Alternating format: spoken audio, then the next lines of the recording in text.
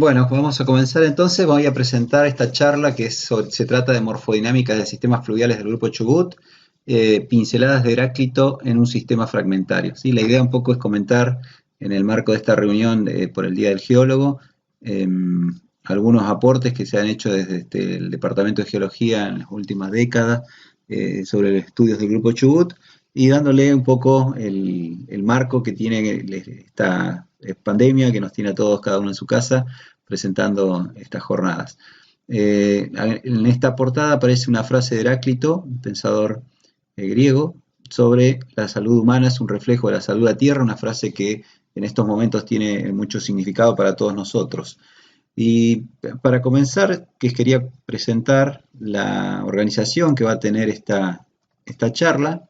¿Sí? Tiene una introducción más o menos breve, presentando los aspectos más relevantes del porqué de la charla. Luego vamos a presentar las cuestiones técnicas vinculadas a la parte de morfodinámica de las fajas de canales y posteriormente varios ejemplos, pero de tres formaciones que integran el grupo Chubut en la cuenca del Golfo San Jorge y unas breves consideraciones finales.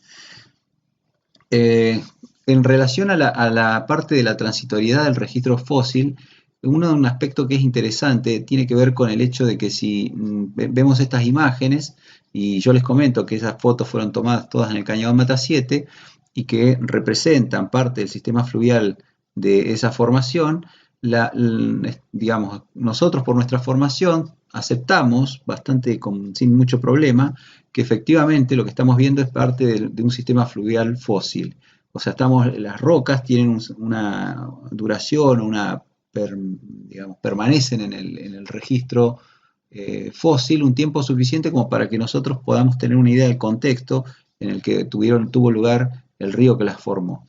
¿Sí? Entonces, en ese aspecto, eso es bastante diferente de lo que ocurre con el flujo. Si yo les muestro esta foto, les digo que es agua del río Nilo, que efectivamente es parte del Nilo, todos o la mayoría se van a reír, otros van a estar un poco en desacuerdo y algunos se van a ofender.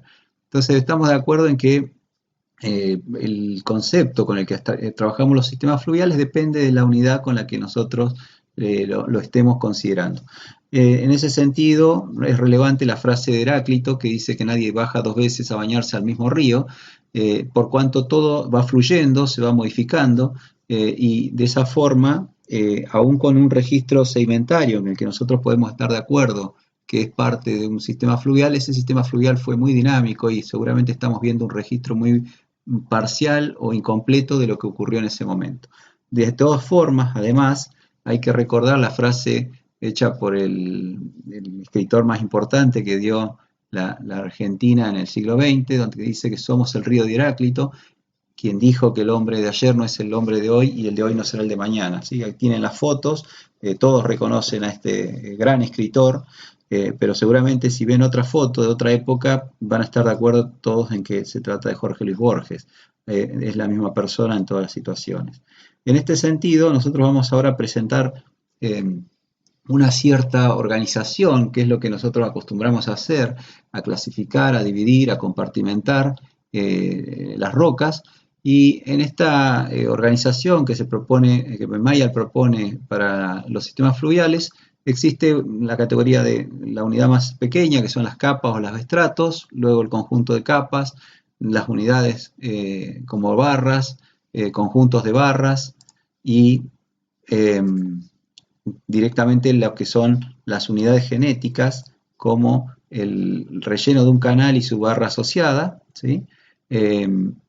Y a partir de ahí lo que se considera como la faja de canal, ¿sí? El complejo de canales o la faja de canales a nosotros nos permite, es una unidad mayor que ya permite separar unidades clásticas de todas las unidades que nos encuentran dentro del sistema de transferencia de sedimento como carga gruesa, y finalmente la unidad jerárquica mayor, ya que vendría a ser equivalente a la categoría de miembro dentro de las unidades litoestratigráficas. En esta organización jerárquica nosotros tenemos varias formas de analizar y mucha terminología también, pero conceptualmente nosotros trabajamos casi siempre analizando primero las unidades sedimentarias pequeñas, que son las litofasias sedimentarias, donde definimos procesos de transporte y tipos de flujos.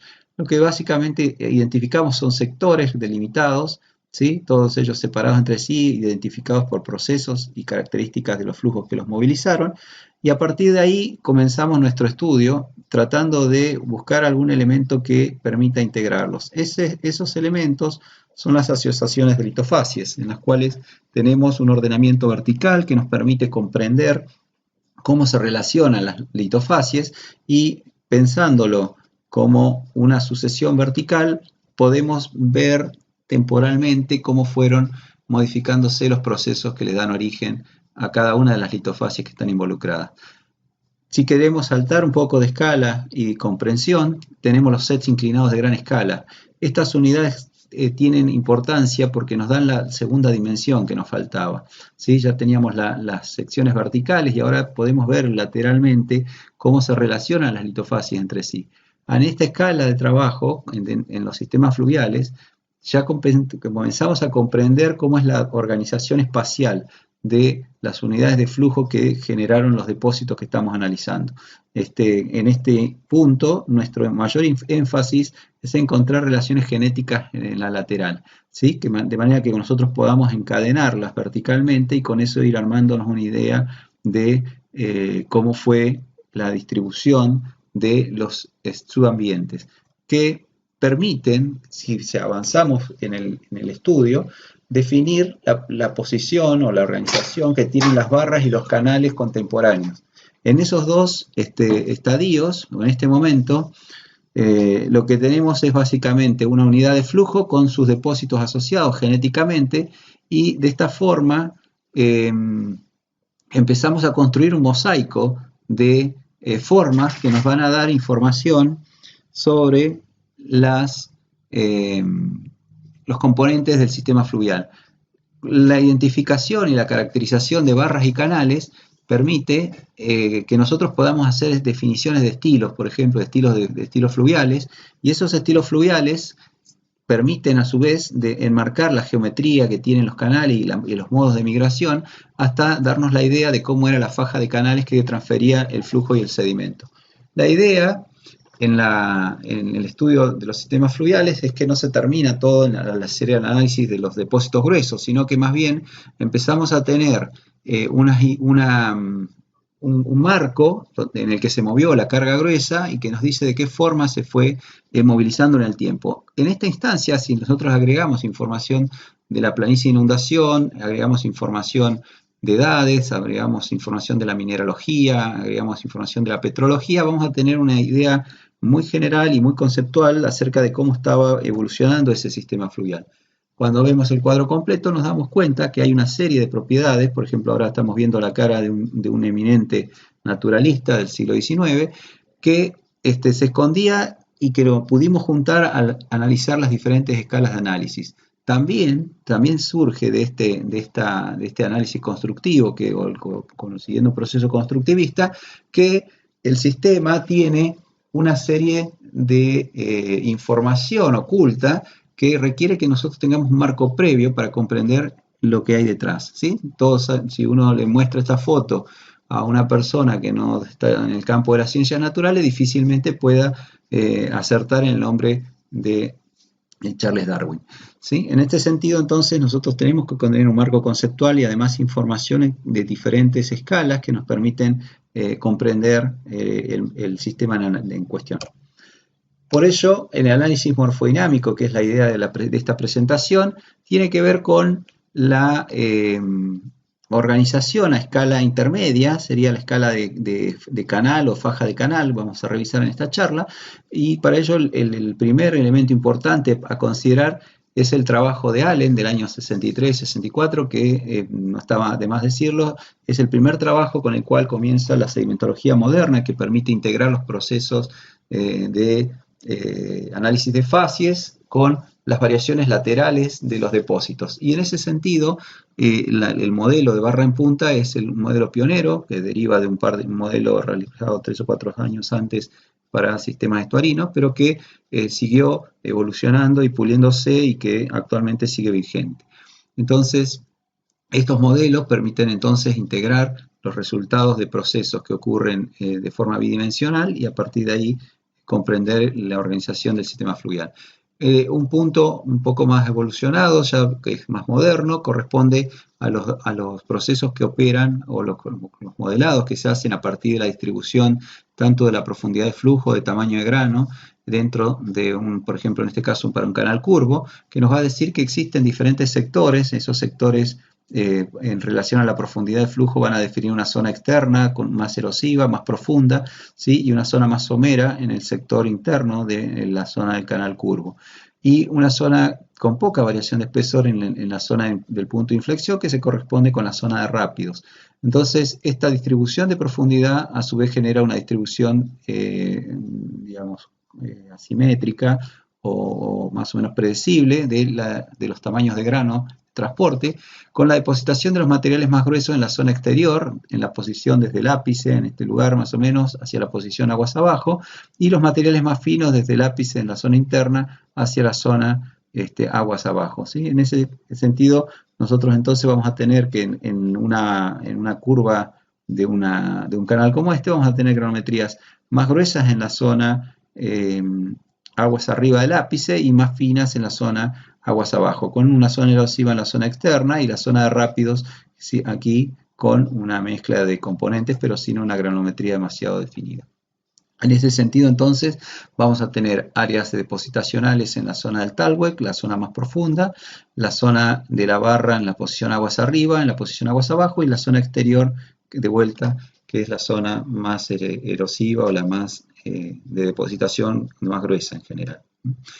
Eh, si uno busca entonces la unidad genética básica, vamos a tener las barras unitarias, que son estas formas sigmoidales con solapamiento parcial de las unidades, que indican los eventos de acreción y de desplazamiento de las formas de fondo de mesoescala, ¿sí? Las barras, esta es una barra pequeña, donde se puede definir entonces en base a la dirección de inclinación de las macroformas, ¿sí? De cada uno de estos planos, hacia dónde estaba migrando esa forma, y a su vez tomando datos en los canales adyacentes. Aquí se ve un canal pequeño cortado más o menos transversal al flujo, ¿sí? Que es un pequeño canal, podría ser un canal de chute o un canal que está cortando la parte superior de la barra, aquí como un canal transversal, y otros canales un poco de mayor tamaño, ¿sí? Y que los dos tienen una dirección más o menos paralela a la dirección de crecimiento de la barra, por lo tanto esta barra se puede considerar que es una barra de acreción frontal, ¿sí? Crece en la dirección del flujo de los canales que lo están limitando.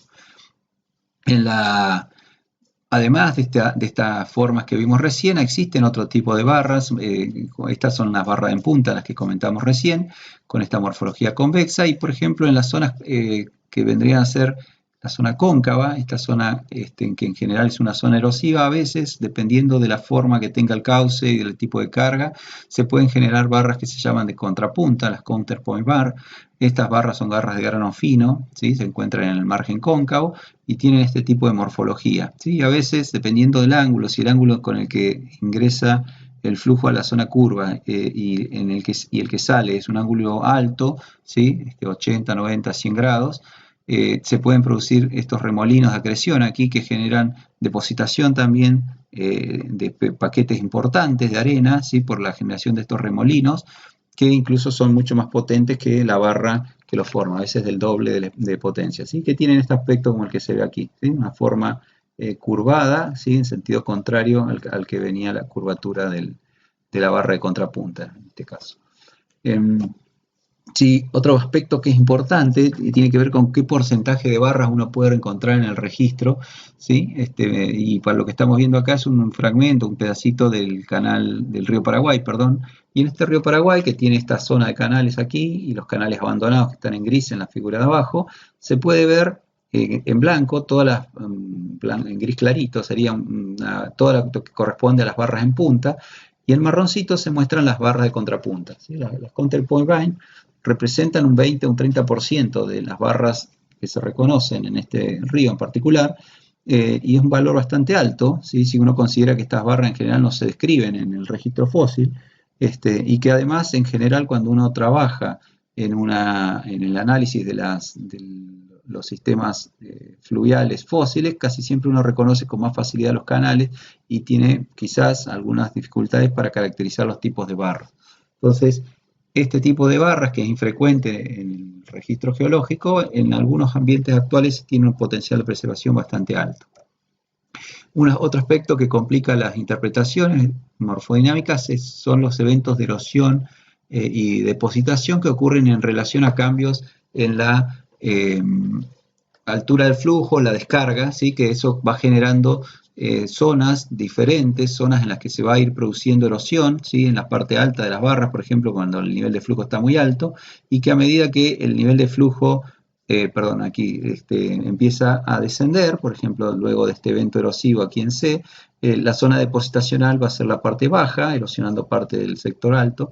Con un nuevo incremento de flujo en E, vamos a tener depositación en este sector alto de la barra, y en la medida que vuelve a disminuir el flujo, se me va a generar otro nivel de depositación en la zona más baja. Entonces va a ir generando superficies internas erosivas en la misma macroforma a medida que va migrando por estas variaciones del flujo. Esto también fue establecido para sistemas entrelazados. En los sistemas entrelazados tenemos una barra central, ¿sí? Con una zona de difluencia, aguas arriba, ¿sí? De la barra, y una zona de confluencia en la posición aguas abajo.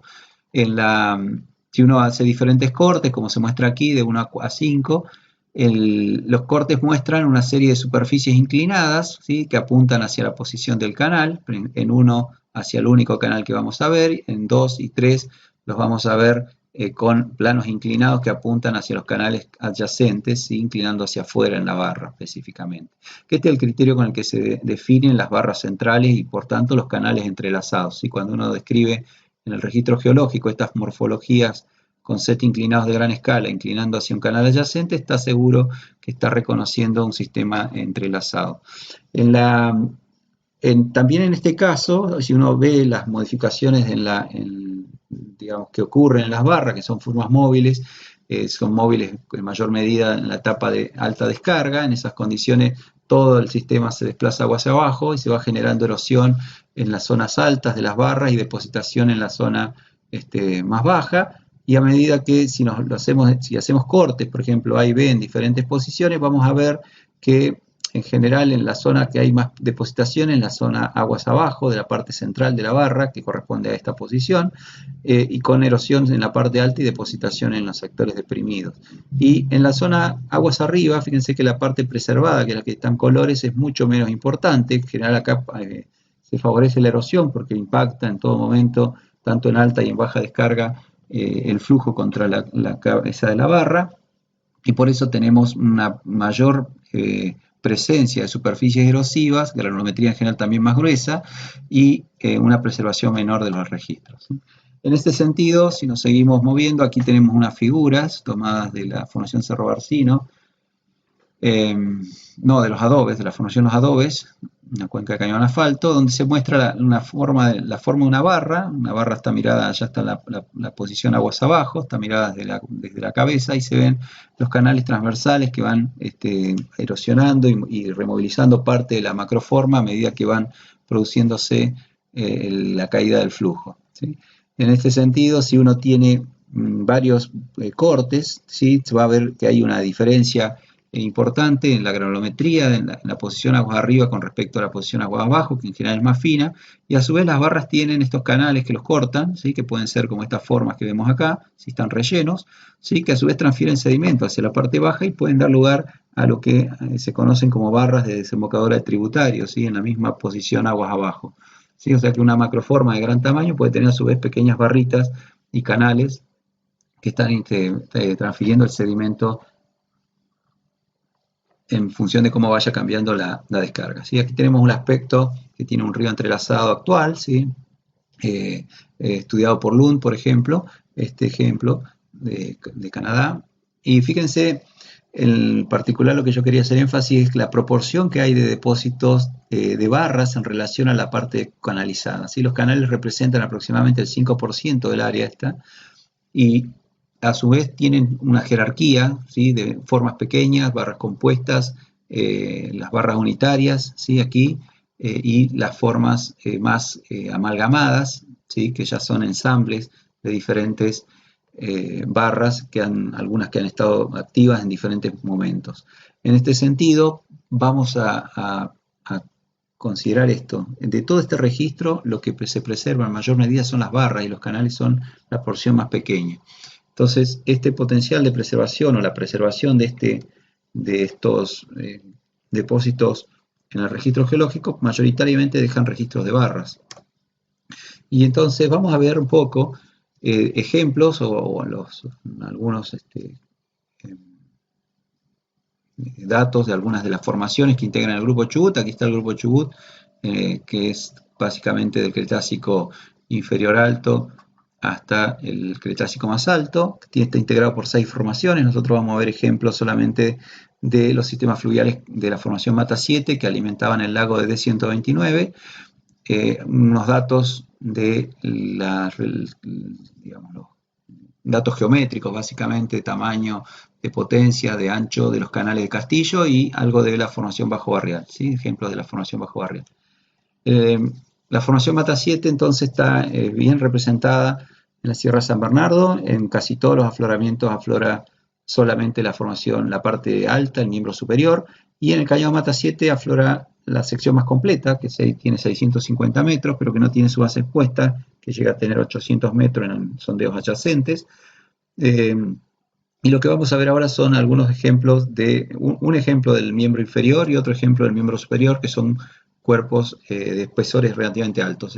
En general, la unidad tiene 2 grandes características, que es la presencia de una planicie limo-arcillosa roja, de grano fino, obviamente, y canales potentes. Y los canales son canales que tienen espesores de promedios de más de 7 metros, son canales bastante extensos, potentes en su generalidad y además con cuerpos que pueden tener 15 hasta más de 24 metros, y que en general no son tan extensos, tan anchos en su ancho real, ¿sí? El ancho real no es tan importante como vamos a ver ahora.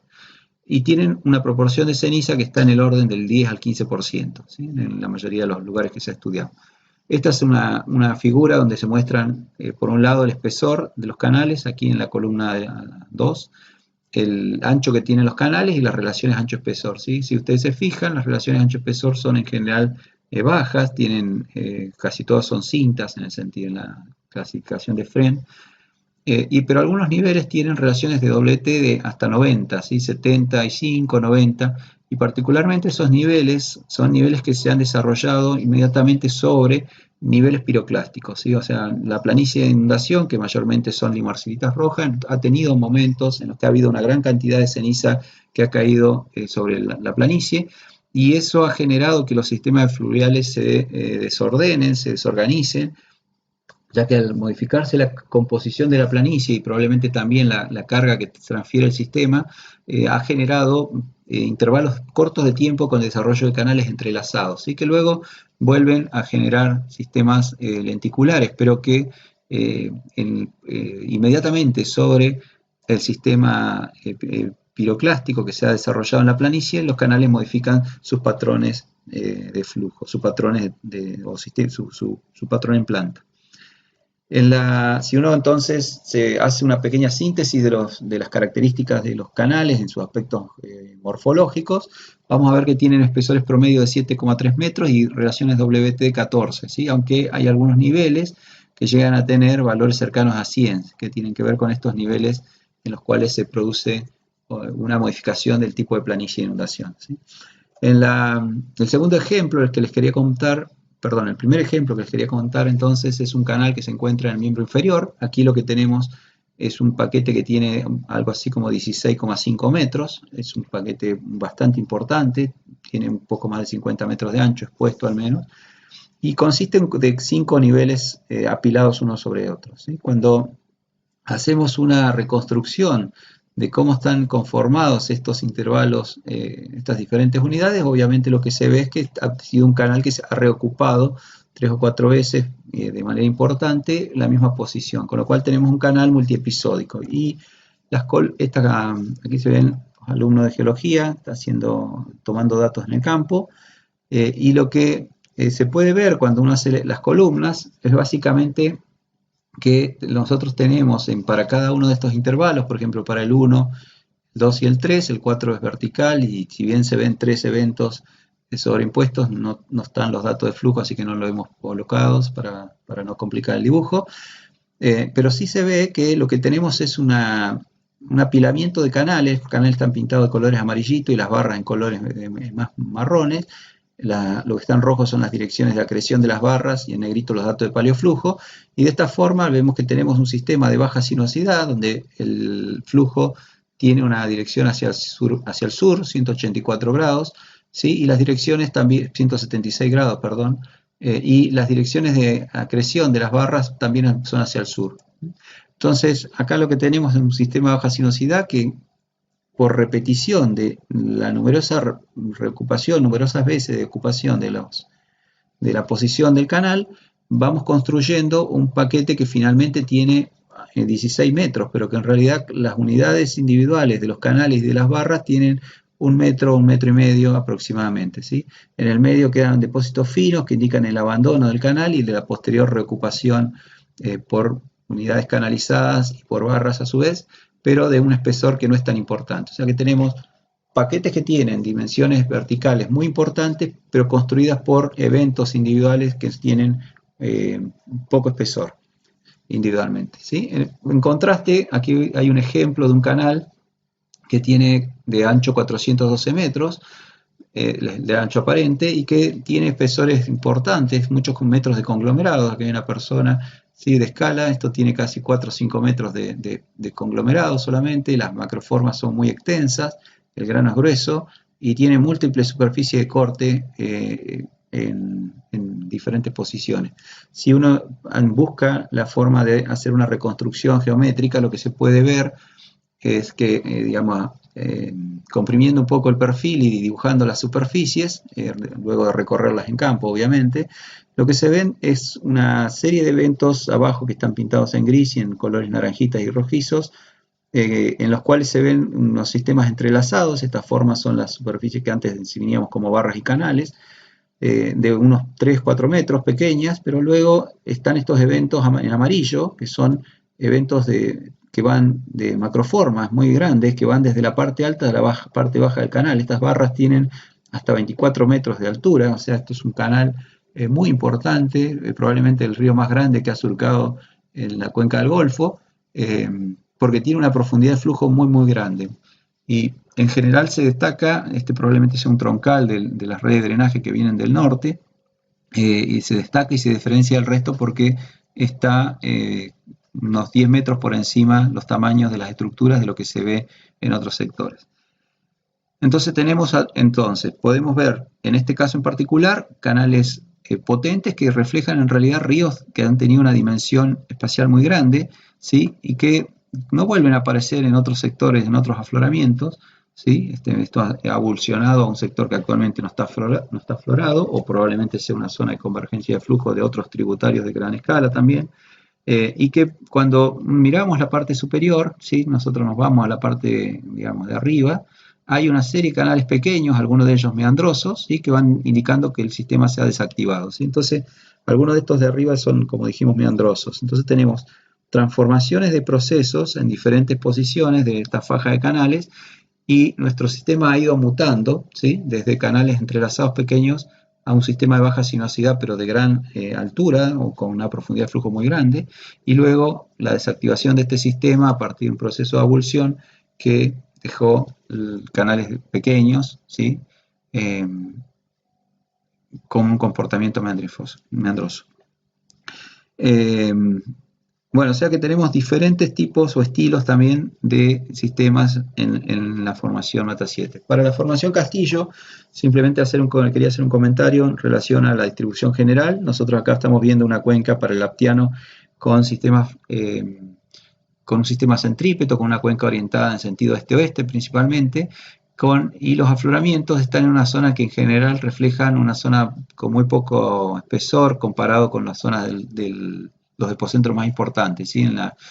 El centro de Cuenca tiene 2.200 metros y cuando nos vamos hacia el norte tenemos 200 metros o menos. Incluso en la zona del Cañado Tronador tiene 31 metros la columna. Y llega a tener un poco más de 960 metros en el Codelsen.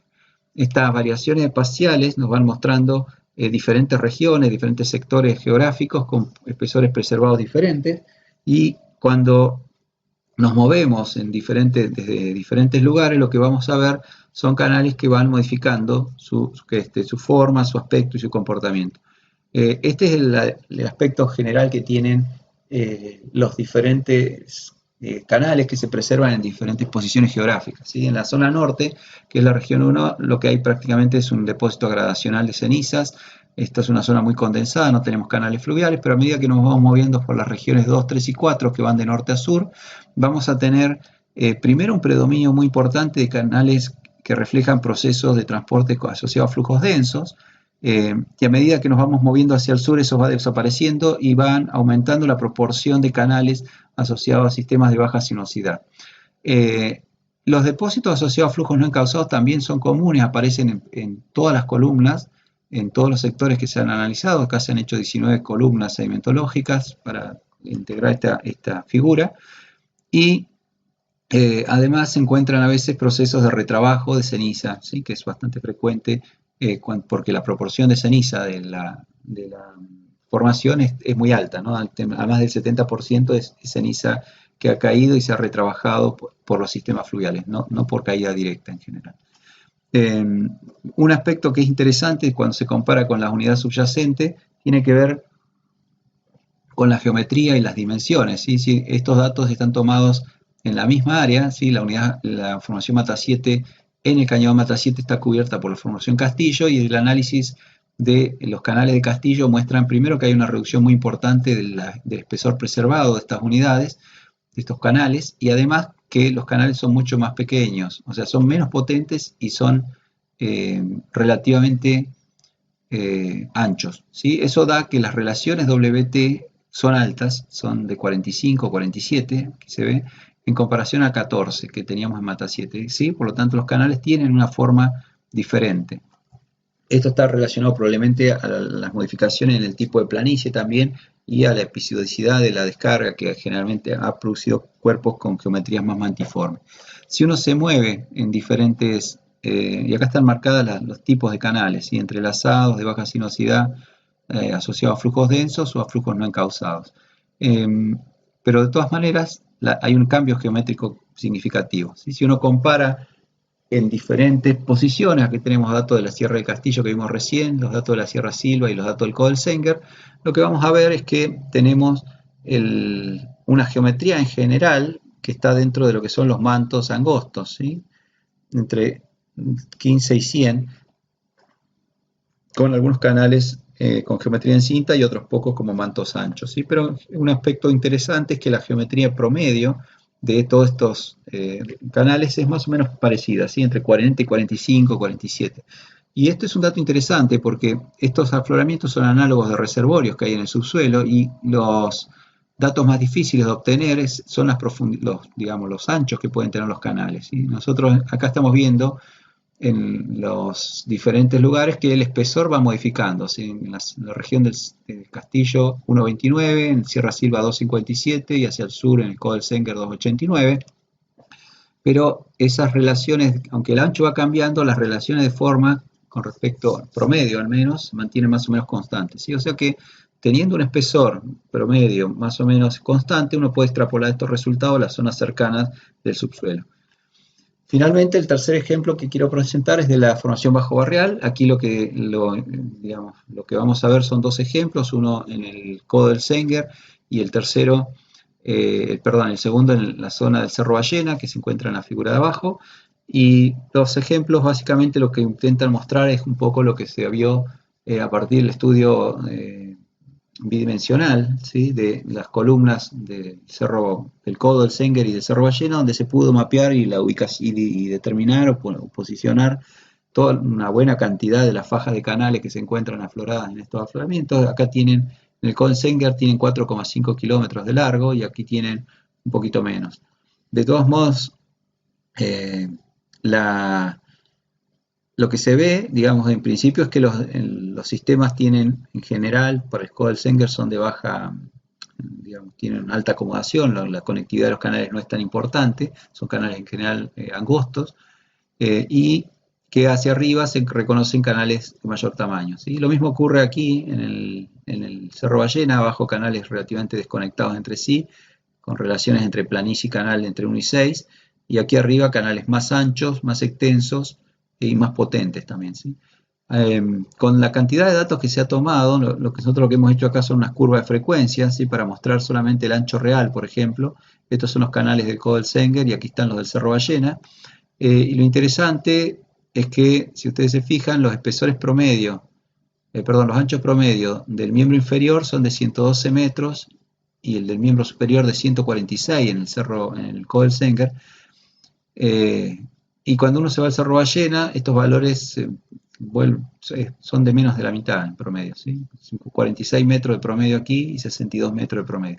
La distribución también en frecuencia está en la misma escala, ¿sí? Muestra que hay una distribución diferente de los canales, ¿sí? Lo mismo ocurre con las relaciones WT, ¿sí? Acá, por ejemplo, el ancho real versus la potencia para el Kohlel-Zenger, ¿sí? Para el miembro superior y para, fíjense, 43 y 50 para los canales del Kohlel-Zenger y para los del Cerro Ballena 21 y 25, ¿sí? O sea, tenemos canales que tienen formas diferentes, que tienen dimensiones diferentes, son dos sistemas fluviales que vienen de lugares diferentes y que representan partes diferentes de un sistema de drenaje.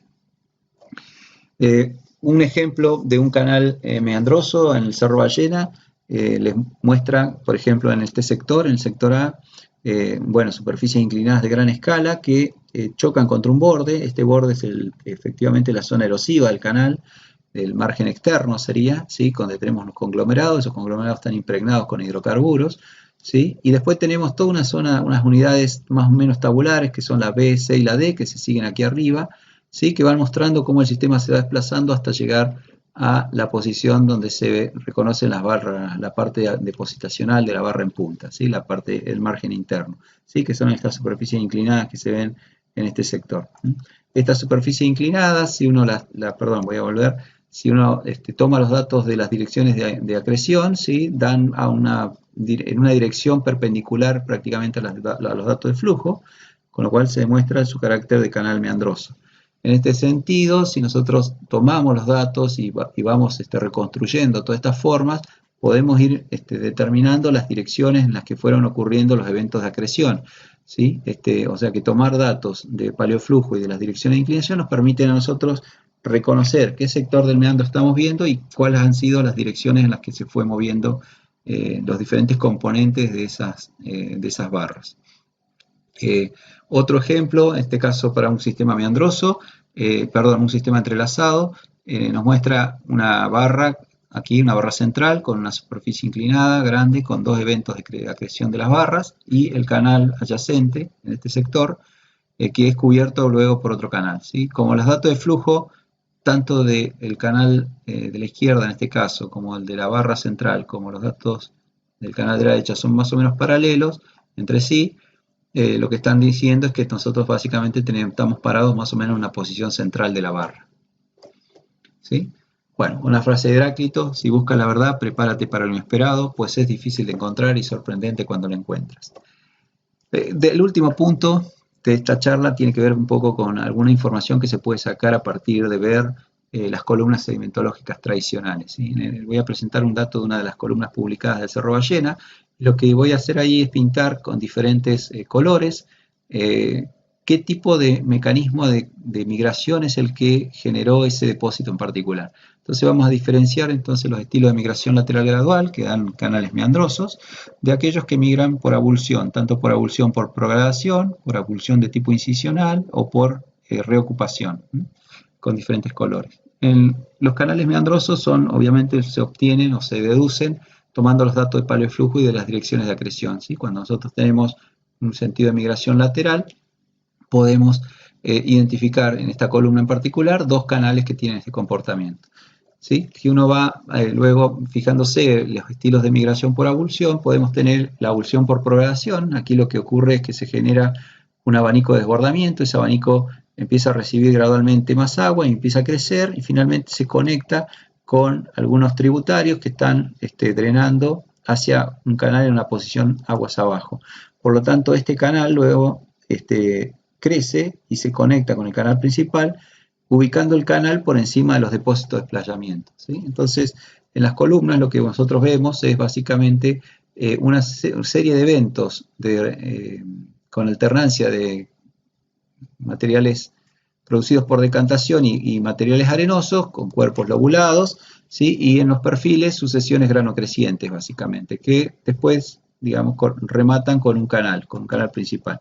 Y eso, cuando es así, nosotros tenemos, perdón, esta no es la figura, acá tenemos los canales, aquí, sí, por ejemplo, esta de aquí con los depósitos de arena, los limos, y las sucesiones con apilamiento antes del depósito del canal principal. El otro estilo, ¿sí? Es la abulsión que se llama de tipo incisional o por incisión, en el cual tenemos una migración súbita del canal desde una posición a otra sin que haya depósito de planicie de desbordamiento. O sea, nosotros podemos, los eventos de desbordamiento no los tenemos, directamente se nos emplaza el canal sobre una parte fangosa y no nos deja ningún tipo de depósito intercalado, ¿sí? En este sentido, muchos de los depósitos que se reconocen en el subsuelo tienen este aspecto. Digamos, nosotros vemos facies finas en general y aparece directamente un cuerpo apilado directamente sobre la planicie distal.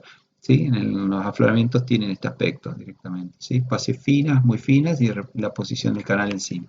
Estos serían los cuerpos que tienen ese aspecto, ¿sí? Los canales directamente apilados sobre niveles muy finitos, ¿sí? De la planicie distal. ¿Sí? Y el tercer tipo son la abulsión por anexación o reocupación, en el cual nosotros lo que hace un canal es, a partir de una posición en la que hubo un canal previamente que está abandonado, es un sector deprimido de la planicie, el canal activo rompe en alguna posición y se emplaza sobre la posición previa.